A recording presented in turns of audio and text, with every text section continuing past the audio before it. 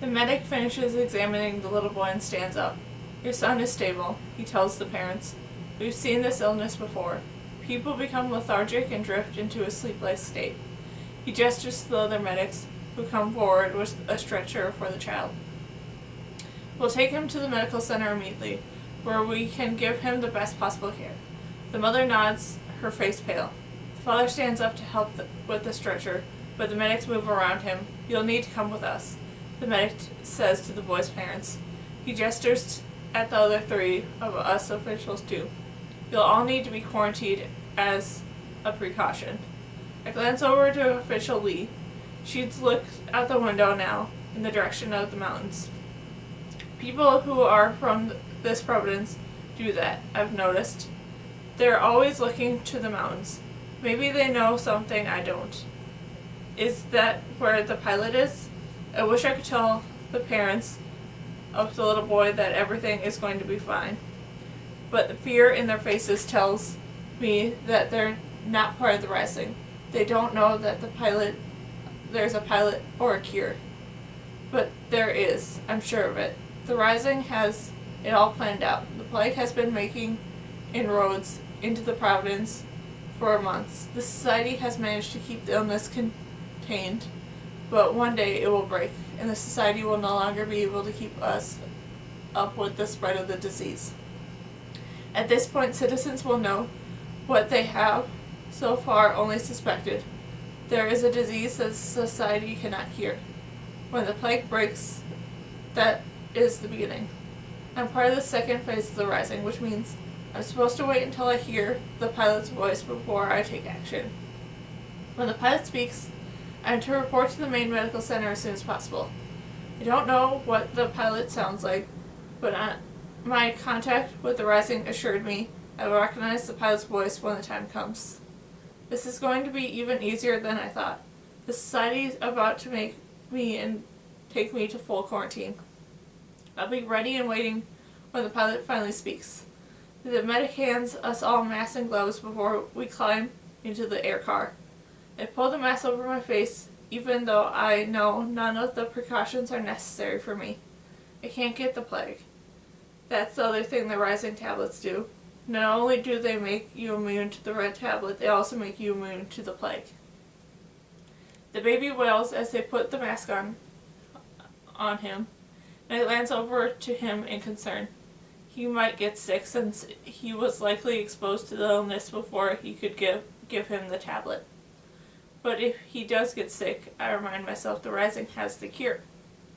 There's a river that winds through the middle of the Kadama city. During the daytime, the water is blue. Tonight it looks like a bored black sheet. For a little while, however along the dark wave surface of the water on our way to the center of the city. The main city building, including the large medical center in Cadmus, are all encircled by a high white wall. When did that go up? The father asks, but the medics don't answer. The wall is new. The society has built it to keep the plague contained. It's one of the many walls the rising will have to tear down. Don't say you don't know, the father says, so officials know everything. His voice sounds hard and angry now, and he looks first at the official brewer, and then official Lee, and then me. I hold his gaze. We've told you what we can, the official brewer says. Your family's under enough distress. I'd prefer not to add to the situation of your defiance. I'm sorry, official Lee says to the father. I hear almost perfect empathy in her voice, and I hope that's the way the pilot sounds. Father turns around to face forward again. His shoulders rigid. He doesn't say anything more. I can't wait to get out of this uniform. It promises more than we can deliver, and it represents something I haven't believed in for a while now. Even could see his face change when she saw me wearing it for the first time. What do you think? I asked her. I stood in front of the port and held my arms out at my sides and turned around grinning, acting the way society would expect me to because I knew they were watching. I thought I'd be there when it happened, she said, her eyes wide. I could tell from the tight sound in her voice that she was holding something back. Surprise, anger, sadness? I know, I say. They've changed the ceremony. They didn't bring my parents out either. Alexander, Cassia says, I'm sorry. Don't be, I say, teasing her. We'll be together when we celebrate our contract. She didn't deny it, not with the society watching. So there we were. All I wanted was to reach her, and it was impossible since she was in Central and I was in Cadmus. And we were talking through the port in our apartments. Your shift must have ended hours ago, she says. Does this mean you left your uniform on all day to show off? She was teasing back, and I relaxed. No, I say, the rules have changed. We have to wear our uniforms all the time now, not just at work. Even when you sleep, she asks. I laugh. No, I say, not then. She nodded and blushed a little. I wonder what she was thinking about. I wish we were together face to face, in the same room, in person. It's a lot easier to show someone what you really mean. All the questions I had for her crowded my mind. Are you alright? What happened in the Outer Providence? Did the blue tablets help? Did you read my messages? Have you figured out my secret? Do you know that I am part of the Rising? Did Kai tell you? Are you part of the Rising now too? You loved Kai when you went to the canyons. So what was it the same when you came out? I don't hate Kai. I respect him. But that doesn't mean I think he should be with Cassia. I think she should be with whomever she wants to be with. And I still believe it could be me in the end. It's nice, isn't it? She said, her face serious and committed, to be part of something greater than yourself. Yes, I say, and our eyes meet, even with all the distance between us. I knew she didn't mean society. She meant the Rising. We're both in the Rising. I felt like shouting and singing all at once, but I couldn't do either. You're right, I say. It is. I like the red insignia, she says, changing the subject. Your favorite color. I grinned. She read the scraps, and I put in the blue tablets. She hadn't forgotten about me while she was with Kai. I've been meaning to tell you, she said. I know. I always said my favorite color was green. That was what it says on my microcard, but I've changed it. So what is it now? I asked her. Blue, she says. Like your eyes. She leaned forward a little. There's something about the blue. I wanted to think she was giving me a compliment, but it wasn't. She wanted to tell me something more. I knew there was a meaning beyond what she was saying, but what? Why the addition of the word the?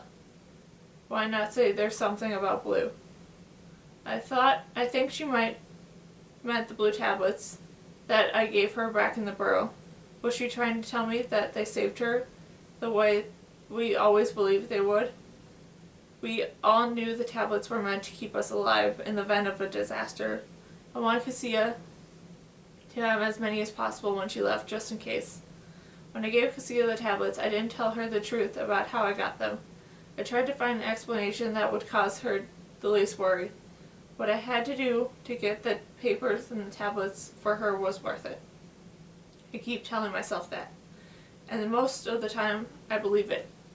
I don't see any signs of rebellion as we arrive inside the white barricade. Society appears to be in absolute control of the situation. A huge white tent marks the triage area, and they've set up temporary lights throughout the grounds. Inside the walls, officials wearing protective gear oversee everything. Other aircrafts full of medics and patients land near us. I'm not worried. I know the Rising is coming. And without knowing it, the society has delivered me almost exactly to where I need to be. I wish Cassia and I could be together to see it all happen, hear the pilot for the first time. I wonder what she thinks of it all. She's in the Rising. She must know about the plague too. In fact, to the right, the official in the hazmat suit tells us, quarantine to the left. I glance over to the left and see where he's pointing. Camas City Hall. They must have run out of space in the medical center, official Lee says softly to me. There's a good sign, a very good sign. The plague is moving quickly. It's only a matter of time before the Rising will need to step in. Already, most of society's officials look harried they direct the traffic of people. We walk up to the steps of the city hall. For a second I imagine Cassia walking right next to me, and we're on our way to the banquet. Officially pushes open the door. Keep moving. Someone inside directs us, but I understand why people might stop in their tracks. The hall has changed. Inside the huge opera area under the dome, there are rows and rows of tiny, clear cells. I know what they are, temporary containment centers that can be constructed anywhere in case of epidemic or pandemic. I've learned about them in my training, but I've never seen them for myself. The cell can be taken apart and put together in different configurations, like a piece of a puzzle. They have their own sewage and plumbing systems inside their floors, and the system can be piggybacked onto those of a larger building. Each cell has a tiny cot and slot for food delivery, and a small partition in the back large enough for a latrine. And most distinguishing feature of the cell, besides the size, is the walls. They are, for the most part, transparent. Transparency of care, the society calls it. Everyone can see what is happening to everyone else. The medical officials can watch the subjects at all times. The rumor is the society perfected this system back in the days when the officials were on the move looking for anomalies. Sometimes the society had to set up centers to contain all the anomalies they found in order to evaluate them, so that when they developed the cells, when the officials from the safety department finished tracking down a majority of those who were determined to be dangerous, they turned the cells over to the medical department for use. The society official story is that these have always existed only for medical quarantine and containment. Before I joined the Rising, I hadn't heard much about why the society methodologically excluded the anomalies from the general populace, but I believe it. Why wouldn't I? They did something like it again years later when Kai and the other aberrations. I ran the quick calculation as I looked at all the cells. They're over half full. It won't be long before they're at maximum capacity. You'll be here, the official says, pointing to the official brewer. He nods at us and goes inside the cell, sitting down on the cot obediently.